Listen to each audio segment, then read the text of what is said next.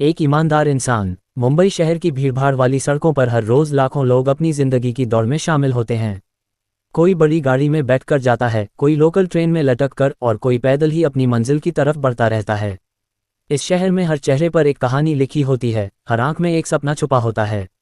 लेकिन इन लाखों कहानियों में से एक कहानी ऐसी है जो आज भी बहुत कम लोगों को पता है। ये कहानी है एक ऐसे इंसान की जिसने साबित किया कि ईमानदारी सिर्फ शब्दों में नहीं बल्कि हर उस पल में जीती है जब कोई देख नहीं रहा होता। रमेश प्रसाद, ये नाम था उस इंसान का। उम्र कोई 35 साल, रंग सांवला, कद मझोला, चेहरे पर हमेशा एक शांत मुस्कान। वो मुंबई के एक बड़े कॉर्पोरेट दफ्तर में चपरासी का काम करता था।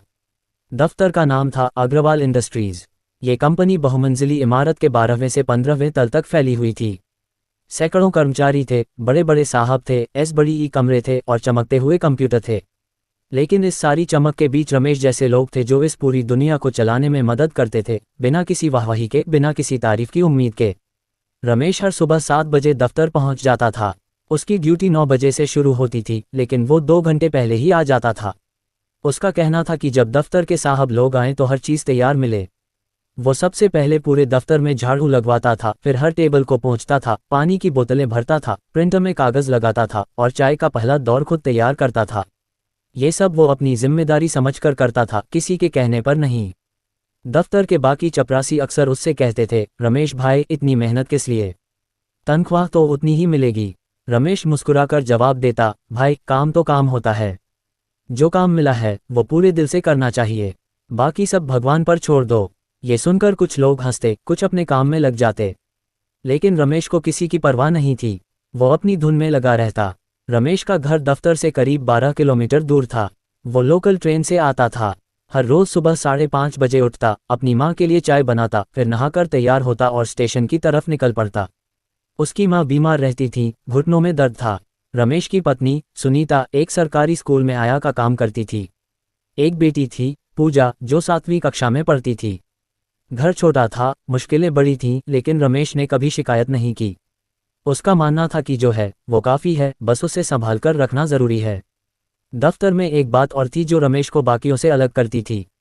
जब कभी किसी साहब की टेबल पर कोई चीज़ गिरती, पैसे हो, पेन हो, चाबी हो या कोई भी कीमती चीज़, रमेश उसे उठाकर सबसे पहले उस साहब के पास जाता और कहता, साहब यह आपकी टेबल से गिरा था।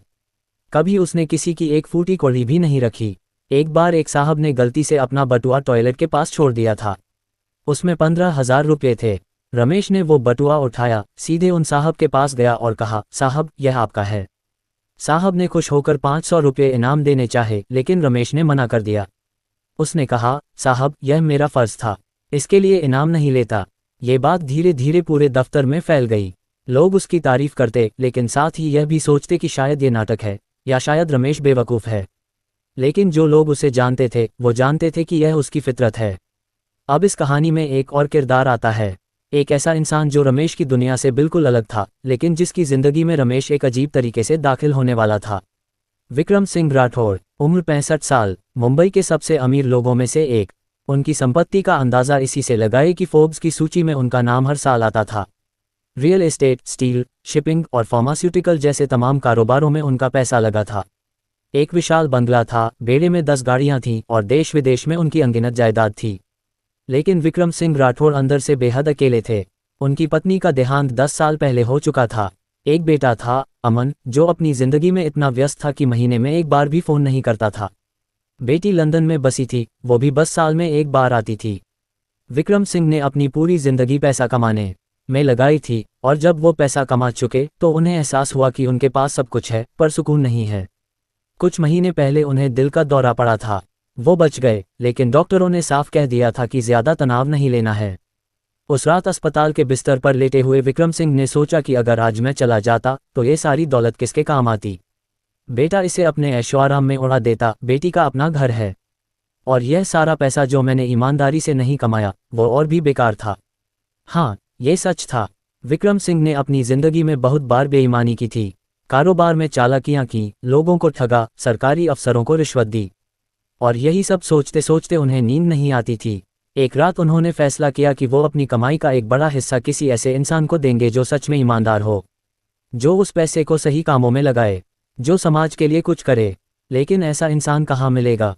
उन्होंने कई नेताओं को देखा था, सबके सब दोगले। कई बड़े अफसरों को जानते थे, ज्यादातर भ्रष्ट। कई एनजीओ देखे थे, वो भी पैसा खाते थे। तो फिर विक्रम सिंह के एक पुराने दोस्त और वकील थे, रमाकांत शर्मा। उन्होंने विक्रम से कहा, विक्रम भाई, ईमानदार इंसान कोई अखबार में विज्ञापन देकर नहीं मिलता, उसे परखना पड़ता है, और परखने के लिए आपको खुद उसकी जिंदगी में जाना होगा। ये सुनकर विक्रम सिंह को एक अजीब ख्याल आया। वो खुद जाएंगे, भेष बदलकर, और ढूंढेंगे उस इंसान को। इत्तेफाक से उन दिनों अग्रवाल इंडस्ट्रीज के मालिक विनोद अग्रवाल से विक्रम सिंह की एक बड़ी डील चल रही थी।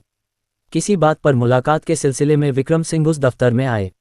उन्होंने अपनी भव्य गाड़ी के बजाय एक सामान्य टैक्सी ली, एक सादा कुर्ता पाजामा पहना और पुरानी सी चश्मा लगाए। वो एक आम बुजुर्ग की तरह दिख रहे थे। जब वो दफ्तर की लॉबी में पहुंचे तो उन्होंने देखा कि एक आदमी बहुत ध्यान से फर्श पोंछ रहा था। वो आदमी रमेश था। लॉबी में अच्छी खासी भीड़ थी, लोग आ जा रहे थे, और रमेश एक एक कोने को साफ कर रहा था, जैसे उसे किसी मंदिर की सफाई करनी हो। विक्रम सिंह थोड़ी देर रुककर देखते रहे। फिर उन्होंने देखा कि एक साहब ने चलते चलते अपना रुमाल गिरा दिया। रमेश ने उसे उठाया, उस साहब के पीछे भागा और कहा, सर आपका रुमाल। साहब ने बिना शुक्रिया कहे रुमाल ले लिया और चला गया। रमेश वापस आ गया और फिर अपने काम में लग गया, बिना किसी शिकायत के। विक्रम सिंह के मन में कुछ हुआ। उन्होंने उस दिन विनोद अग्रवाल से मुलाकात की, डील की बातें हुई, लेकिन मन में वो चपरासी का चेहरा घूमता रहा। अगले दिन विक्रम सिंह फिर आए। इस बार उन्होंने रमेश से बात करने की कोशिश की। वो एक कुर्सी पर बैठ गए और रमेश से पानी मांगा। रमेश ने तुरंत एक साफ गिलास में ठंडा पानी लाकर दिया। विक्रम सिंह ने कहा, बेटा यहाँ कब से हो? रमेश ने कहा, जी 12 साल हो गए। विक्रम सिंह ने पूछा, तनख्वाह ठीक मिलती है? रमेश ने कहा, जी जो मिलती है वो काफ़ी है। विक्रम सिंह ने ध्यान से देखा कि रमेश के चेहरे पर कोई कड़वाहट नहीं थी, कोई शिकायत नहीं थी। विक्रम सिंह अगले कई दिनों तक अलग अलग बहानों से उस दफ्तर में आते रहे। वो रमेश को देखते, उससे बातें करते। रमेश बहुत विनम्र था, बहुत मेहनती था और हर बात में सच बोलता था। एक दिन विक्रम सिंह ने जानबूझकर एक परीक्षा की। उन्होंने 500 रुपये का एक नोट पानी पीने के बाद उस टेबल के नीचे छोड़ दिया जहां वो बैठे थे। वो थोड़ी दूर जाकर खड़े हो गए और देखते रहे। रमेश सफाई करते हुए वहां आया। उसने नोट देखा, उसने इधर उधर देखा, फिर उसने उस बुजुर्ग को ढूंढा जो थोड़ी देर पहले वहां बैठे थे। विक्रम सिंह लॉबी के दूसरे छोर पर खड़े थे। रमेश उनके पास आया और बोला, बाबूजी, शायद यह आपका गिर गया।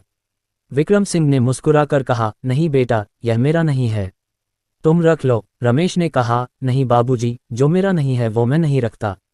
इसे रिसेप्शन पर जमा कर देता हूं, अगर कोई मांगे तो मिल जाए। और वो सच में रिसेप्शन पर चला गया। विक्रम सिंह के मन में एक अजीब सी उथल पुथल हुई। यह आदमी क्या वाकई में ऐसा है, या ये दिखावा है? उन्होंने अगले दिन दूसरी परीक्षा की। उन्होंने रमेश से कहा, बेटा, मैं एक बड़े काम के लिए मुंबई आया हूँ, मुझे एक दस्तावेज किसी को देना है। क्या तुम ये लिफाफा उस आदमी तक पहुंचा सकते हो? वो तुम्हें 5000 रुपये देगा। रमेश ने पूछा, इसमें क्या है? विक्रम सिंह थोड़े चौंके, फिर बोले, बस कागजात हैं। रमेश ने कहा, बाबूजी, मैं काम से बाहर कुछ नहीं करता, मेरे साहब की इजाज़त के बिना मैं ऐसा कोई काम नहीं कर सकता, माफ़ करिए। विक्रम सिंह की आंखें भर आईं।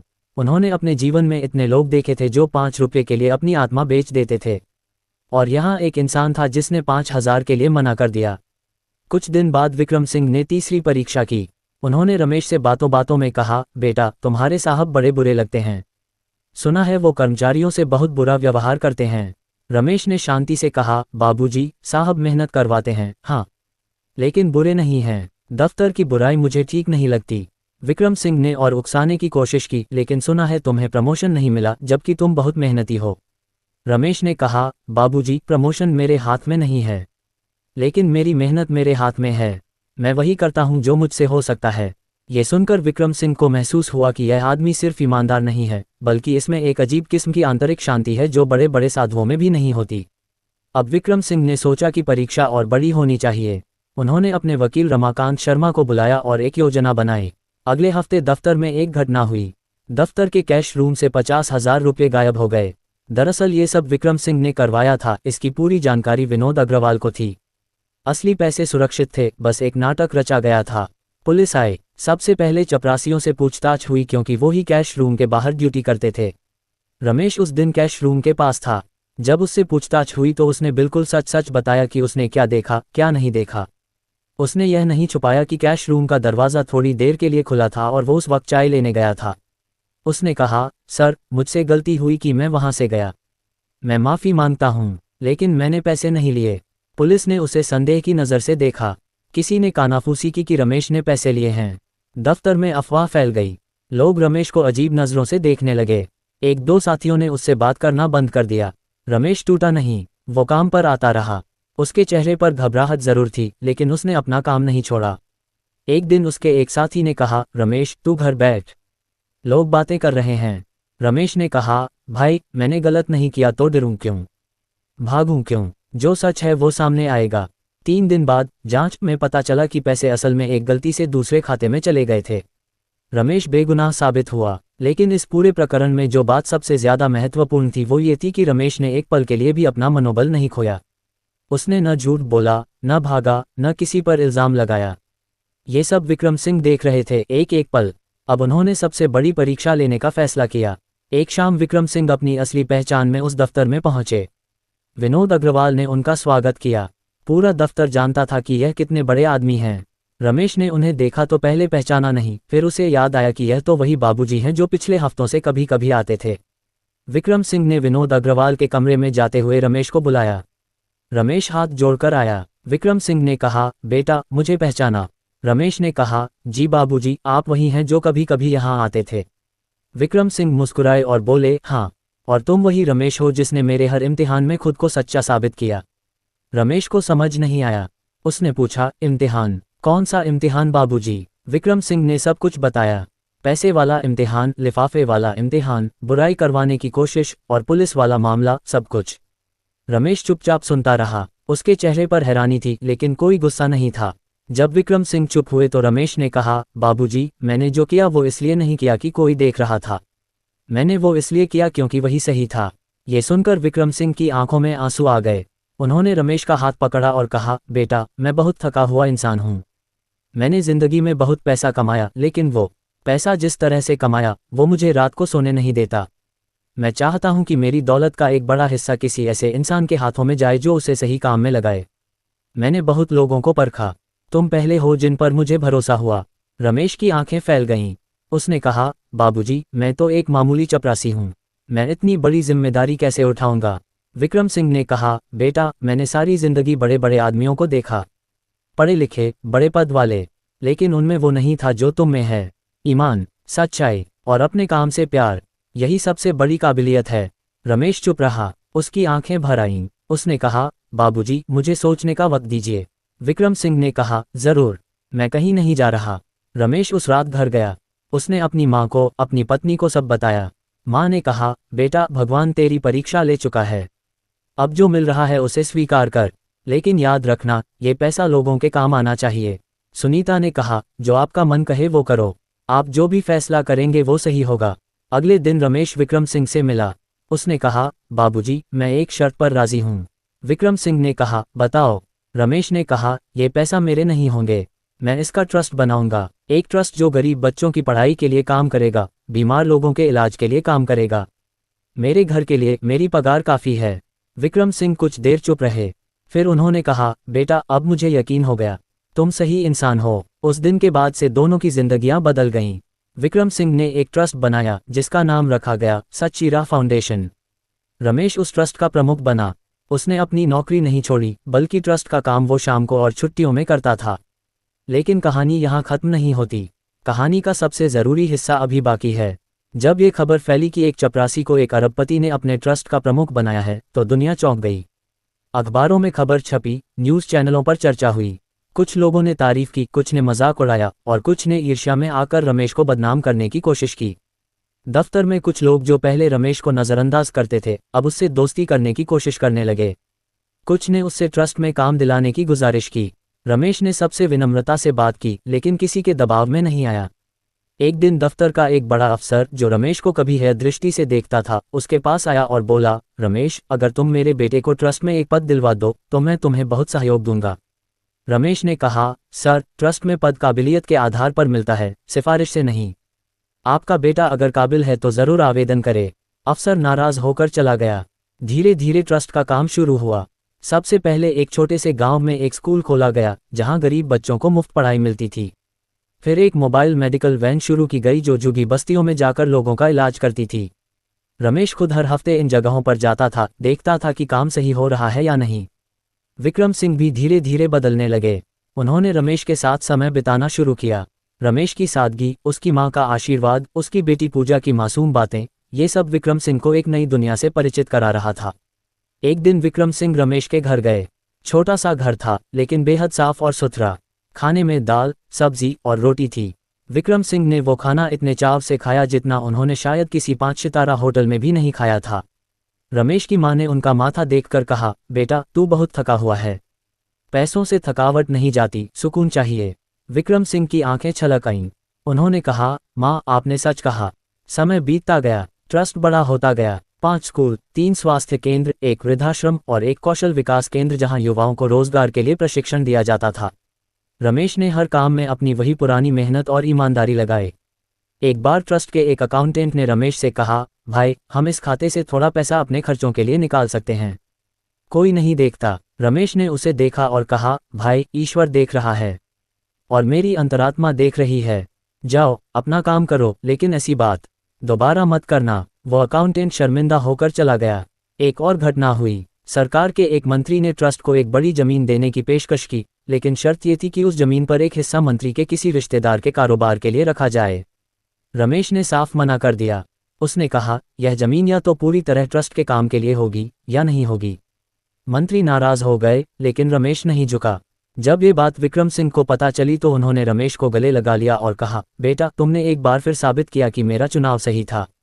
इस बीच विक्रम सिंह के बेटे अमन को जब पता चला कि पिता ने इतना बड़ा ट्रस्ट बना दिया है और उसका प्रमुख एक चपरासी को बनाया है, तो वो आग बबूला हो गया। वो मुंबई आया और विक्रम सिंह से मिला। उसने कहा, पिताजी यह आपने क्या किया? ये सारी संपत्ति तो हमारी थी। विक्रम सिंह ने शांति से कहा, अमन ये संपत्ति मेरी थी, इसलिए मैंने जहां सही लगा वहां लगाए। तुम्हें किसी चीज की कमी नहीं है। अमन ने कानूनी लड़ाई की धमकी दी, लेकिन सारे कागजात सही थे और विक्रम सिंह ने सब कुछ सोच समझ कर किया था। अंत में अमन को हार माननी पड़ी। इन सब उठापटक के बीच रमेश शांत रहा। एक दिन विक्रम सिंह ने उससे पूछा, बेटा तुम्हें कभी डर नहीं लगता? इतने दुश्मन बन गए हैं। रमेश ने मुस्कुराकर कहा, बाबूजी डर उसे लगता है जिसने कुछ गलत किया हो। मैंने गलत नहीं किया, इसलिए डर नहीं। विक्रम सिंह ने एक गहरी सांस ली। उन्होंने कहा, रमेश तुमने मुझे एक बात सिखाई जो मैं 70 साल में नहीं सीख पाया। ये कि असली दौलत ईमान है, पैसा नहीं। साल बीते, ट्रस्ट और बड़ा होता गया। रमेश की बेटी पूजा बड़ी हुई और उसने मेडिकल की पढ़ाई की, उसी ट्रस्ट की मदद से। उसने कहा, पापा मैं डॉक्टर बनूंगी और ट्रस्ट के क्लिनिक में काम करूंगी। रमेश की आंखें खुशी से भर आईं। एक दिन रमेश दफ्तर में अपनी पुरानी जगह पर खड़ा था, वही लॉबी जहां उसने बरसों फर्श पोंछा था। उसके हाथ में अब झाड़ू नहीं थी, लेकिन उसे उस जगह से जो प्यार था वो आज भी वैसा ही था। एक नया चपरासी आया और उसने देखा कि यह साहब बड़ी आत्मीयता से उस जगह को देख रहे हैं। उसने पूछा, सर कोई काम है? रमेश ने उसे देखा, उसके कंधे पर हाथ रखा और कहा, बेटा काम को कभी छोटा मत समझना। ये जगह, ये फर्श, यह मेरी पाठशाला रही है। वो नया चपरासी हैरान होकर देखता रहा। विक्रम सिंह ने अपनी जिंदगी के आखिरी कुछ सालों में एक आत्मकथा लिखी। उस किताब का नाम था एक ईमानदार इंसान की तलाश। उसमें उन्होंने लिखा था कि उन्होंने जिंदगी में सब कुछ पाया, लेकिन रमेश से मिलकर उन्हें समझ आया कि सबसे बड़ी दौलत क्या होती है। किताब में उन्होंने लिखा था कि रमेश ने उन्हें यह नहीं सिखाया कि ईमानदार कैसे बनते हैं। रमेश ने तो बस ये दिखाया कि ईमानदारी कोई गुण नहीं है जो सीखा जाए, बल्कि यह एक जीने का तरीका है जो हर रोज के छोटे छोटे फैसलों में नजर आता है। जब वो किताब प्रकाशित हुई तो देश भर में उसकी चर्चा हुई। स्कूलों में, कॉलेजों में, दफ्तरों में रमेश की कहानी सुनाई जाने लगी। लोग उससे मिलने आते थे, उससे पूछते थे कि तुम इतने ईमानदार कैसे रहे। रमेश हर बार एक ही जवाब देता था। वो कहता था, ईमानदारी मेरी माँ ने सिखाए। जब मैं बचपन में किसी की चीज़ उठा लेता था तो वो कहती थी कि बेटा जो अपना नहीं है वो नहीं लेते। बस यही एक बात मैंने याद रखी, बाकी सब अपने आप हो गया। एक दिन एक पत्रकार ने रमेश से पूछा, रमेश जी क्या आपको कभी पछतावा हुआ? कभी लगा कि काश मैंने वो 500 रुपये रख लिए होते? रमेश हंसा और बोला, कभी नहीं। 500 रुपये मिलते, लेकिन जो मिला वो उससे लाखों गुना ज्यादा है। और सबसे बड़ी बात, मैं रात को चैन से सोता हूँ। विक्रम सिंह की मृत्यु उनकी उम्र के 71वें साल में हुई। जाते जाते उन्होंने अपने हाथ से रमेश को एक पत्र लिखा था। उस पत्र में लिखा था, बेटा रमेश, मैंने जिंदगी में बहुत लोगों को देखा, तुम जैसा कोई नहीं मिला। तुमने मुझे जो दिया वो कोई पैसों से नहीं दे सकता था। तुमने मुझे यकीन दिलाया कि इस दुनिया में अभी भी अच्छाई बची है। इसी यकीन के साथ मैं इस दुनिया से जा रहा हूँ। खुश रहो, काम करते रहो, और याद रखो, तुम्हारी ईमानदारी किसी एक इंसान की नहीं बल्कि पूरी इंसानियत की जीत है। ये पत्र रमेश ने अपनी माँ को पढ़कर सुनाया। माँ ने आंखें मूंदी और भगवान का शुक्रिया अदा किया। आज भी मुंबई की उन्हीं भीड़भाड़ वाली सड़कों पर रमेश प्रसाद का नाम लोग जानते हैं। वो आदमी जो कभी चपरासी था, जो सुबह 7 बजे आकर फर्श पहुंचता था, जो किसी की गिरी हुई चीज को अपने पास नहीं रखता था। वो आदमी आज हजारों बच्चों का भविष्य संवार रहा है। रमेश को कभी किसी ने नहीं सिखाया कि महान कैसे बना जाता है। उसने बस ये सीखा कि इंसान कैसे बना जाता है, और शायद यही सबसे बड़ी महानता है। इस कहानी का कोई नाटकीय अंत नहीं है, कोई जादू नहीं हुआ, कोई चमत्कार नहीं आया। बस एक इंसान ने अपने हर एक पल में वही किया जो सही था, और उस एक आदत ने उसकी ज़िंदगी बदल दी, किसी और की ज़िंदगी बदल दी, और शायद ये कहानी सुनने वाले की ज़िंदगी में भी कुछ बदल जाए। क्योंकि ईमानदारी कोई नीति नहीं है जो दफ्तर में लगाई जाए, यह एक रोशनी है जो अंदर से जलती है, और जब ये रोशनी जलती है तो आंधियां भी उसे नहीं बुझा पाती। रमेश प्रसाद की यह रोशनी आज भी जल रही है, और जब तक ये जलती रहेगी इस दुनिया में उम्मीद बाकी है।